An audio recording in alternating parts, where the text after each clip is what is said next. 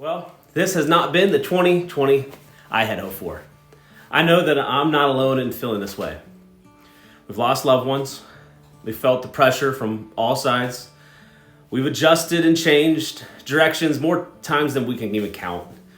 We can say that 2020 has been a challenge that has changed us in ways that we probably did not want to be changed in. So here we are again, trying to navigate a new wave, new restrictions, new pressures, and the old way is not sufficient. Now, there is no one right response. No decision is going to suffice. No route will please everyone. As a leader, I've had to step back and realize I cannot make the one right decision, so I have to make the best decision. So how do you make the best decision? Prayer, consultation, and then pull the trigger. A few weeks ago, we did a series called The Bridge to the Abnormal, in which we walk through the letter from Paul to the church in Corinth. This week, I've been called back to the passage in 1 Corinthians chapter 3. It's verses, which beginning at verse 1, it says, "Dear brothers and sisters, when I was with you, I couldn't talk to you as if I would to spiritual people. I had to talk to you as though you belonged to this world, or as though you were infants in Christ. I had to feed you with milk, not with solid food, because you weren't ready for anything stronger. And you still aren't ready, for you are still controlled by your sinful nature. You're jealous for one another and quarrel with each other. Doesn't that prove that you are controlled by your sinful nature? Aren't you living like the people of the world? When one of you says, 'I'm a follower of Paul,' and another says, 'I follow Apollos,' aren't you acting just like the people of the world?" If you remember, Paul's calling out their immaturity because they're fighting on whose approach to a relationship with Jesus Christ is better. I'm sure we don't relate to these comments at all, do we?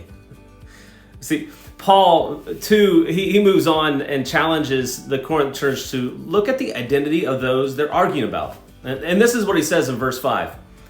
"After all, who is Apollos? Who is Paul? We are only God's servants through whom you believe the good news. Each of us did the work the Lord gave us.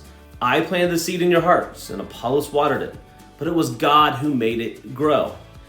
It's not important who does the planting or who does the watering. What's important is that God makes the seed grow.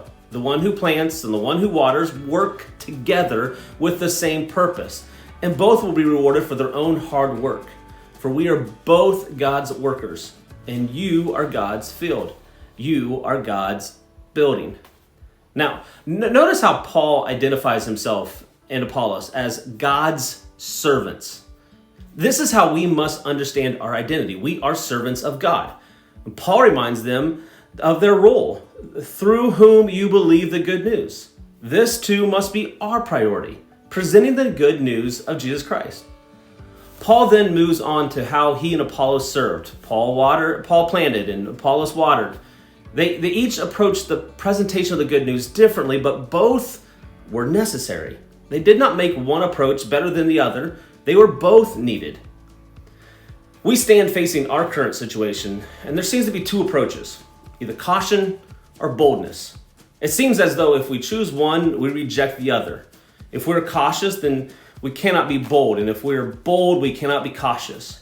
However, just as Paul informs the Corinthians that planting and watering are both necessary, we must understand that caution and boldness are both necessary. Paul wrote to the church in Ephesus in Ephesians chapter 5, verse 15, "So be careful how you live. Don't live like fools, but like those who are wise."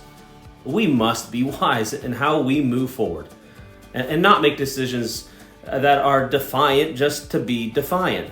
Our motive cannot be, well, this will show them, or we will not be controlled. Our motive must be that we are for the good news, the gospel of Jesus Christ, to be presented as God's servants. Paul continues this thought in the very next verse. "Make the most of every opportunity in these evil days." Each and every day count. Every opportunity must be taken full advantage of. This is where boldness comes in. We cannot settle for just getting through the next few weeks. There is too much at stake. We must believe this. James chapter 4 Verse 13 and through 15 says this: "Look here, you who say today or tomorrow we are going to a certain town and we will stay there a year. We will do business there and make profit. How do you know what your life will be like tomorrow? Your life is like the morning fog. It's here a little while, then it's gone. What you ought to say is this: if the Lord wants us to, we will live and do this or that." So here's how we are going to move forward with both caution and boldness. We're going to continue to encourage people to watch online if they have any symptoms, are concerned about being in a public space, or they just simply feel more comfortable engaging from home.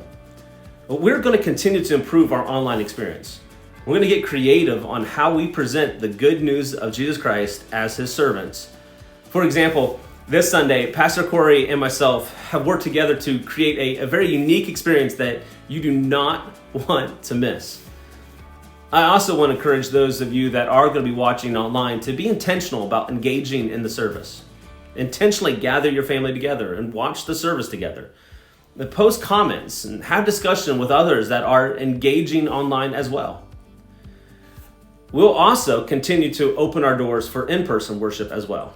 And we're going to do this for those that don't have access to online services and for those that feel more comfortable engaging in person. For those that attend in person, we will continue to encourage social distancing, face mask wearing, and hand sanitizer use. I personally will do a better job of leading by example in the way that I practice social distancing.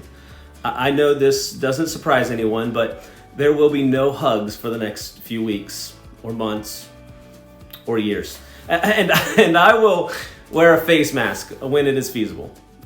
We're also going to eliminate physical notes and giving envelopes through December. Additionally, for the time being, we will not have AC Kids, but we are going to look at ways that we can minister to our children in different and unique ways. In fact, if you'll text AC Kids in all caps to 740-265-3989, we're going to send you updates and direct links that we have to all our AC Kids resources. I want to thank you for being flexible and understanding during these incredibly unique circumstances that we're living through. Because all of this is so fluid, I'd like to give you the opportunity to stay connected and up to date by texting updates in all caps to the same number, 740-265-3989, to receive text messages anytime we have to communicate these changes. We love you guys, and we're praying for you. And I want to encourage you, be cautious, be bold. Blessings.